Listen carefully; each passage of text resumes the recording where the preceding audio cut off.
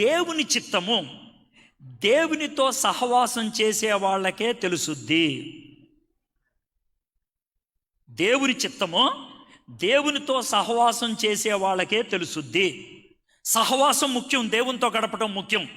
దేవునితో గడిపినప్పుడు దేవుడు మన హృదయంలో చెప్తాడు, కుడికి వెళ్ళొద్దు, ఎడంకి వెళ్ళొద్దు, ఇదే మార్గం.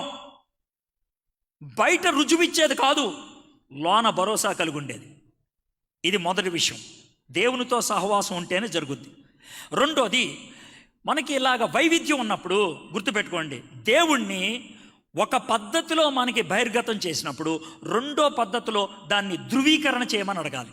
ధృవీకరణ, ఉదాహరణకి నేను పరిచర్యకి వెళ్ళాలి అనుకున్నప్పుడు దేవుడు మొట్టమొదటిగా, నేను చదువుకుంటున్నాను, క్లాస్ ఫస్ట్, గోల్డ్ మెడల్స్ బాగా వస్తున్నాయి, మంచి వ్యక్తిని, చదువుకున్న దినాల్లోనే ప్రసంగాలకు వెళ్ళేవాడిని.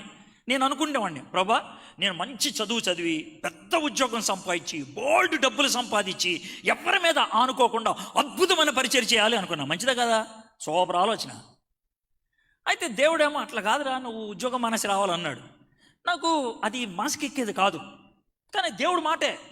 ఆ మాట చెప్పినప్పటి నుంచి దేవుడు నువ్వు నాకు ఉద్యోగం మానేసి రావాలి అని ధృవీకరణ ఇవ్వటానికి 6 ఏళ్ళు పట్టింది నాకు. 6 ఏళ్ళు, 6 years ఖాళీగా లేను, ఉద్యోగం చేస్తున్నా, ఖాళీగా లేను, పరిచర్య చేస్తున్నా, ఖాళీగా లేను, సాక్షిగా ఉన్నా. కానీ ఇది దేవుని చిత్తం అని ధృవీకరణకి అంత టైం పట్టింది. గుర్తుపెట్టుకోండి, వెయిట్ చేయటం, దేవా ఇది నీ చిత్తమా కాదా అని క్లారిటీ, స్పష్టత అడగటం తప్పు కాదు. స్పష్టత తెలిసిన తర్వాత అవిధేయత చూపించడం పొరపాటు. స్పష్టత అడగటం తప్పు కాదు. మోషే అడిగాడు, 4 సార్లు అడిగాడు, దేవుడు ఒప్పుకున్నాడు.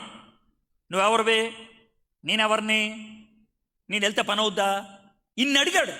చివరికి అన్నాడు తెలుసు, నా గొదర్లు అహరోను పంపించన్నాడు. అప్పుడు దేవుడు కోపం వచ్చింది.